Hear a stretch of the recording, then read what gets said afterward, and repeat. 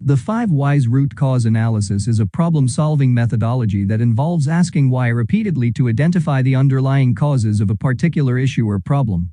The goal is to go beyond addressing the symptoms and uncover the root cause, which, once addressed, can lead to more effective and sustainable solutions.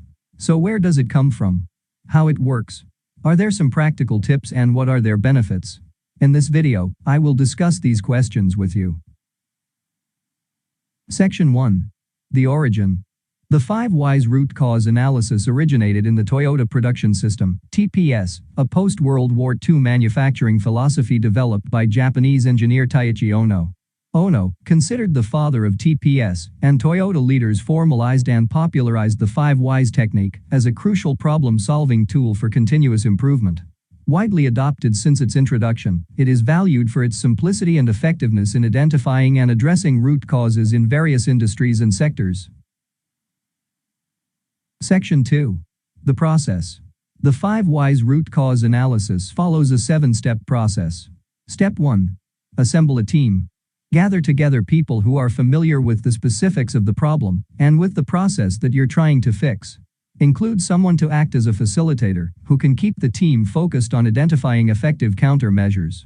Step 2. Define the problem.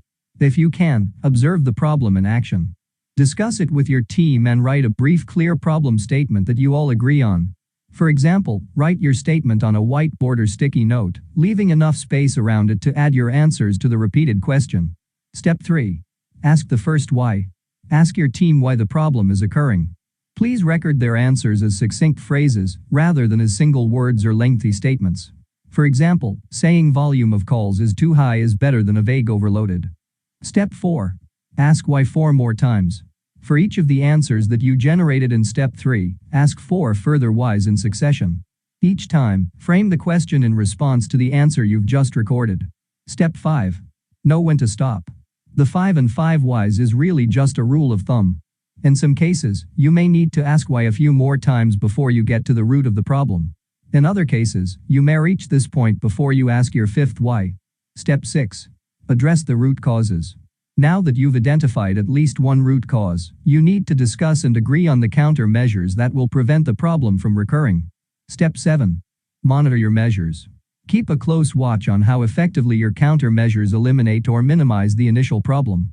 You may need to amend them or replace them entirely. If this happens, it's a good idea to repeat the 5 whys process to ensure that you've identified the correct root cause. Section 3. Single lane and multiple lane. Generally, there are 2 major approaches of analyzing process: single lane and multiple lane.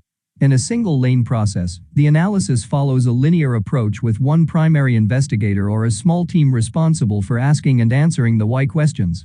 In contrast, a multi-lane process involves the collaboration of multiple individuals or teams from different functions or departments. It is particularly useful for addressing complex problems that require diverse perspectives and expertise. The choice between these approaches depends on factors such as the nature and complexity of the problem, organizational culture, and resource availability. Section 4. An example.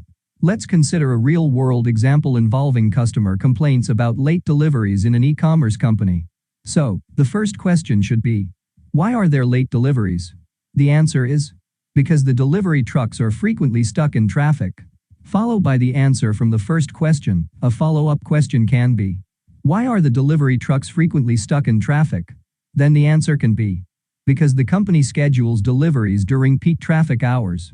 Moving on to the third question, why does the company schedule deliveries during peak traffic hours? Because the delivery schedule is not optimized based on traffic patterns. Next question, why is the delivery schedule not optimized based on traffic patterns?